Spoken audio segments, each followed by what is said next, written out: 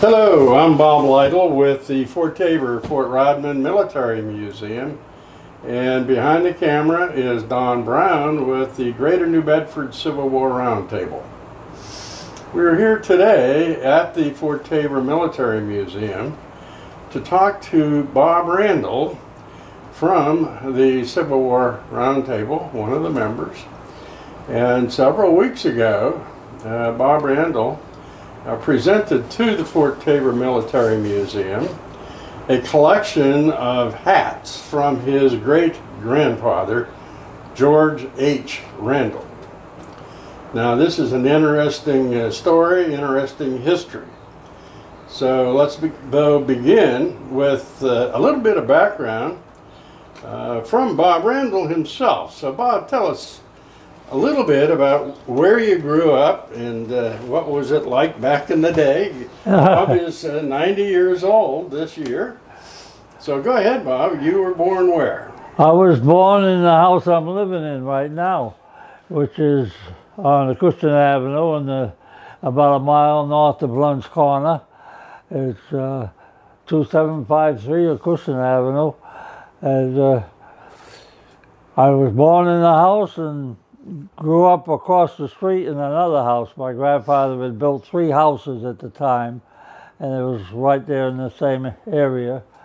And you went to school where? I went through the Gyro Swift for the first 6 years, and then I Mandan Junior High School for 3 years, and then New Bedford High School to the final.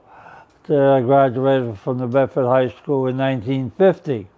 From there, I went on to the textile school, which is now UMass Dartmouth, but at that time was on Purchase Street, the Bedford Textile Institute. And it changed names several times. The New Bedford Institute of Technology and the New Bedford Technological Institute. And eventually, I graduated in 1954 with a mechanical engineering degree. Okay, and you then got married, raised a family? Oh, I was married while I was going to school. Oh. I had 3 children already when I graduated from college. Okay. And then 3 more came later on. After graduation from college, I went to Michigan because I had worked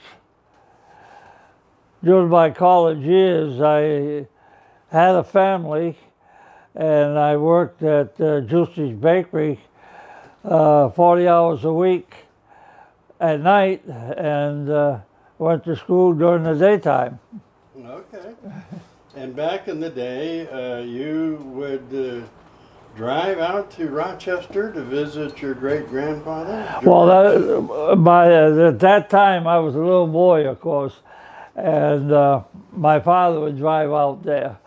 We usually go to church on Sunday, and after church, go out and visit the great-grandfather who lived in Rochester. Oh, I believe it was Sniptuit Road. Okay.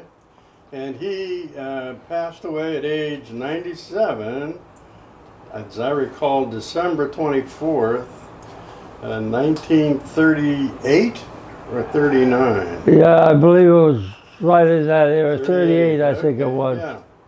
And he was the oldest Civil War veteran of the area at the time. At the time.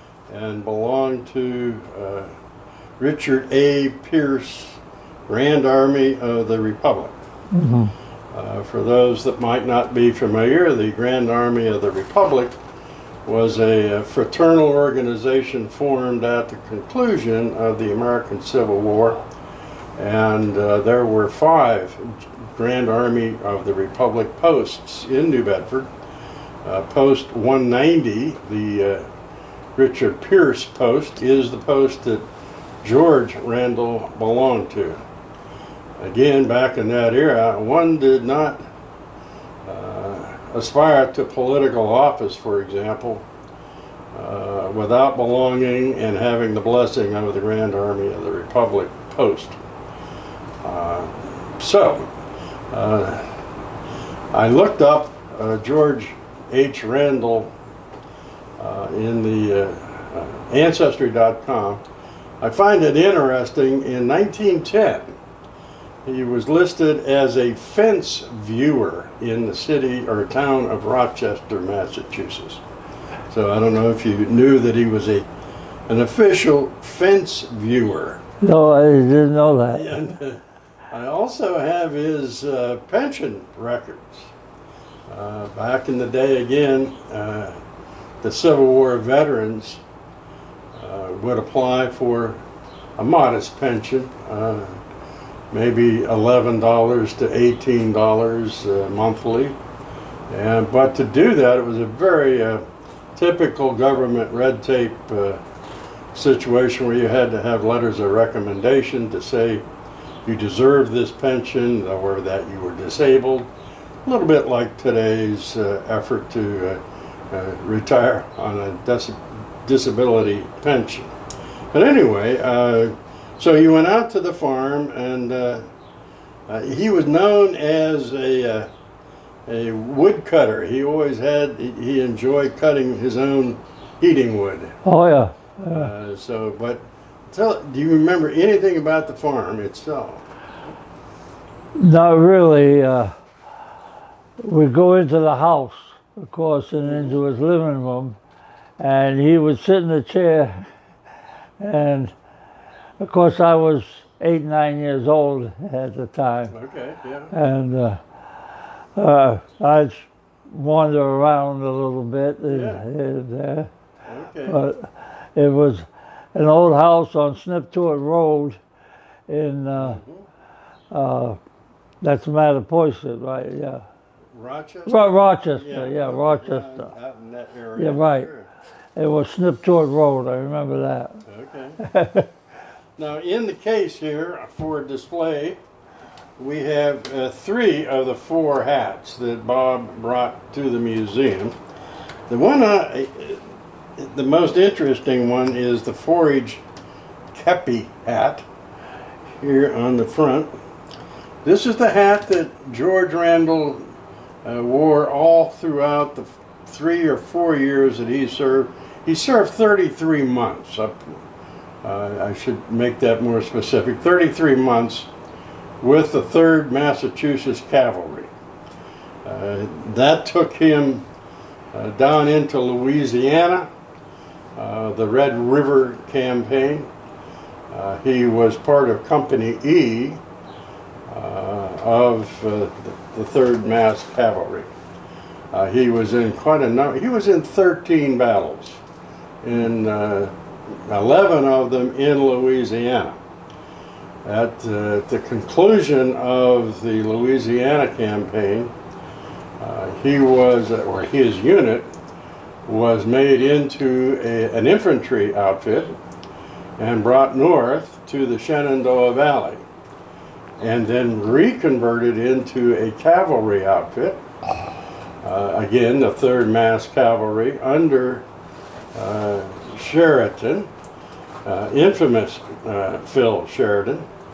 And George Randle was involved at the 3rd Battle of Winchester and at Cedar Creek, Virginia. So he was in 13 battles. The closest that he ever came to being wounded, as he reported, a bullet whizzed by his cheek, and he felt the breeze, but it killed the man behind him.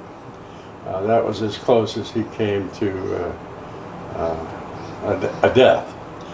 So anyway, here is the Grand Army of the Republic slouch hat that all of the veterans wore after the Civil War. And I can still smell the cigar smoke on that particular hat. And in the back is a top hat that George H. Randle was married in. Now, for the young people that know their history, You might remember from your own history lessons that America really, and North America and Canada, was really founded on the beaver trade, the trappers that went west and north. And here is a beaver top hat, very rare. In another display in the museum, we have George's bowler hat. It's kind of like his everyday hat, and we keep that in a separate case. We did a little research and discovered, to our interest, that the cowboys out west, the James brothers, for example, they wore bowler hats, and so we have photos of them. So we put that in a gun case where we keep firearms from the American West. That's why it's not in the Civil War section right now. So anyway, Bob, after you graduated from college, then what was next in your life? Well, going to college, I had 3 children by the time I graduated, okay. 3 boys. And naturally I had to make a living, so I worked at the Juicy Bakery. When I left there, I applied for a job with Baker Perkins in Saginaw, Michigan, because they manufactured bakery equipment. And I figured I knew a lot about bakery equipment because I worked there for 3 years while I was in college. And that kept me going.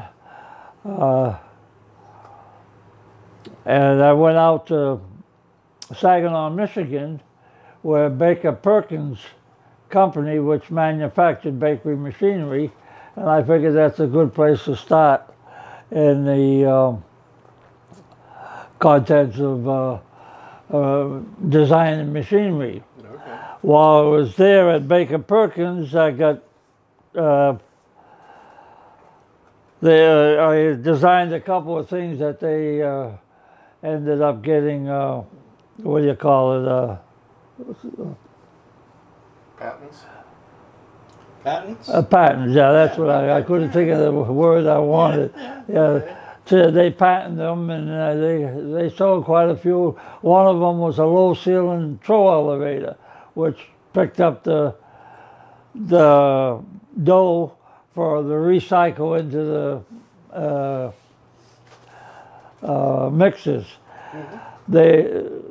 In making bread, you made a sponge, and that had to rise, and then it comes back for a remix, and so all that dough had to get back into the mixer, and a lot of places didn't have high ceilings, so I had the job of designing something that would put this in and stay within a certain number of feet. I stayed within 1/4 of an inch of what they had required. And they sold quite a few of those. Okay. The strange thing was I never went to see any of them installed, but they sent me on other jobs that had to be worked on in the bakery field. Okay. But it was in a different end of, rather than a tow elevator. But they did sell a lot of those tow elevators I designed. And so, Bob, how did you end up back in New Bedford? Well, like I say, I had gone to Michigan because of the tie-in with the bakery, and things got slack, and so I was looking for work. And Dow Chemicals headquarters is not far from where I lived in Saginaw, Michigan, is Midland, Michigan, where Dow Chemicals headquarters are. And they hired me for a job that was going to be in Virginia, but it wasn't ready yet, and so they sent me to California, where I spent a year in California working for one of the nicest companies I ever worked for. They were great to work for, this outfit. And eventually we transformed, and I drove cross country with all expenses paid with the family and stopped at different places and ended up in Newport News, Virginia, where I worked in the design work of synthetic fibers. Here I was at the textile school, and as the fact that you worked at you went to school at the textile school, they wanted you to be familiar with textiles. So we had small periods of going through the textile, the way of manufacturing the cloth. Mm-hmm. And so we worked through that and got into the different aspects of the textiles, which I said I'll never use. And I ended up working for Dow Chemical making synthetic fibers. Okay. So, and the big thing was how to make a crimp into the fiber so it's like cotton. Oh, okay. And so I was on the end of that, designing a means of putting a crimp into the fiber, which worked out. You're in Newport News, and then back to New Bedford? Yes, so I was there at Newport News. Like I say, I worked for Dow Chemical in California, which I knew was only going to be temporarily there because they were moving that group to Newport News. Well, just in between Newport News and Williamsburg, in that era, and right on the James River. And so I worked there, and it was a very nice job, and I enjoyed it very much.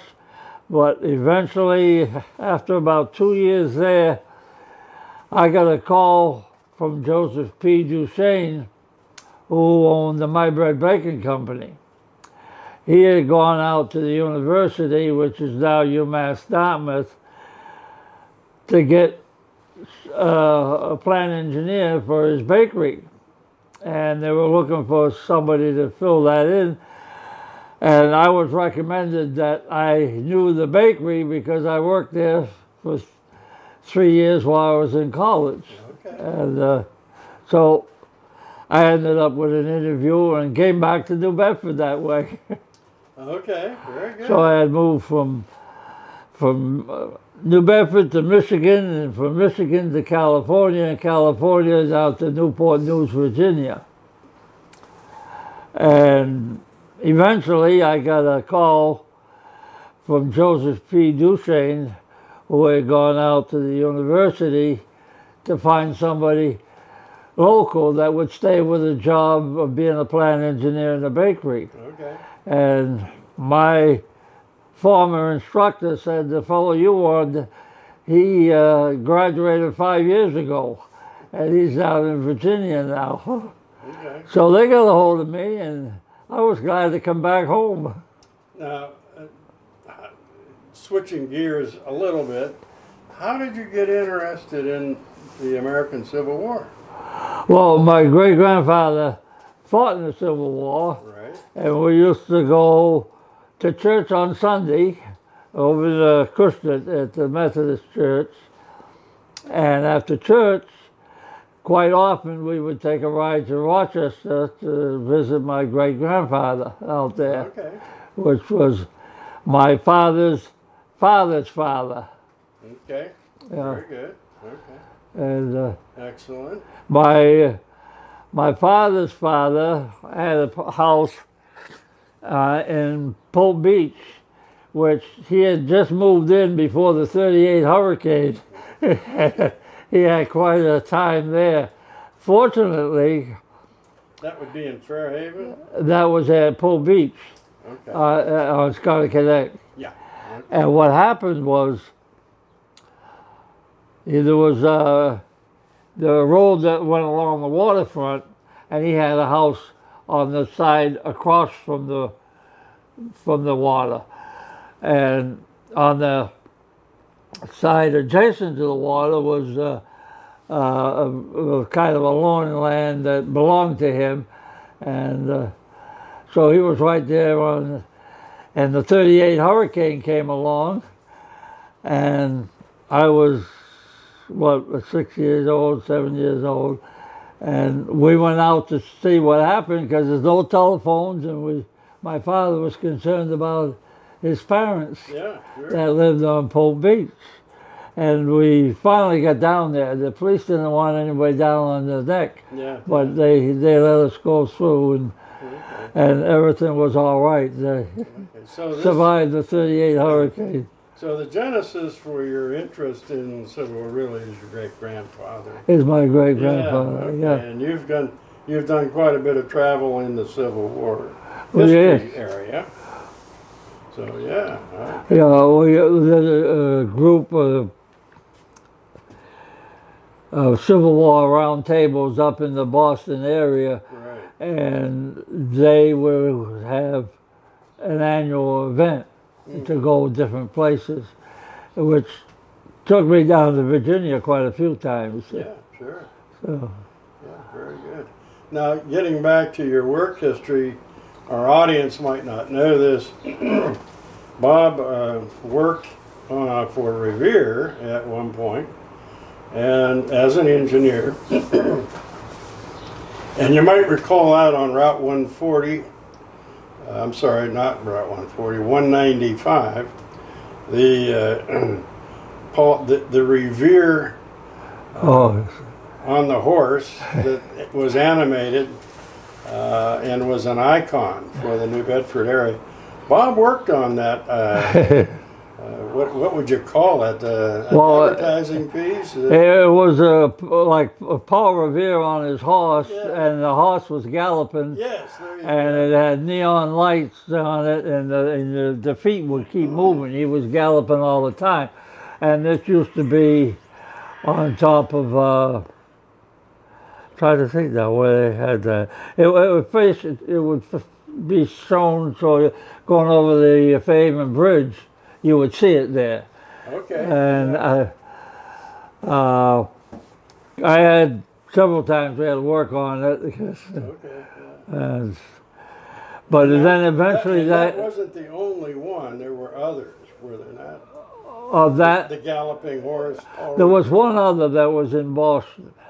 Okay. Yeah, there was just two of them were made, and one was in Boston, and then there was this one here.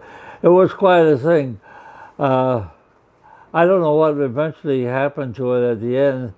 It was for a while near the golf course, and one of the out there in Dartmouth, and you could see it as you went by on the highway. Yes. Well, very good. Well, Bob, we want to thank you from the museum for your kind donation of your great-grandfather's hats, and it is very much appreciated and an excellent display here at Fort Tabor, Fort Rodman Military Museum. And we thank you for coming in today. Well, I thought it really is a good place to put it.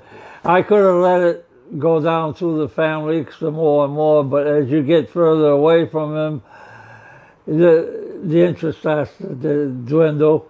And I says, what better place than to put it in the museum where everybody could see it. That's right, yeah, excellent. All right, from the New Bedford Civil War Roundtable and from Fort Rodman, Fort Tabor Military Museum, we wish you a good day.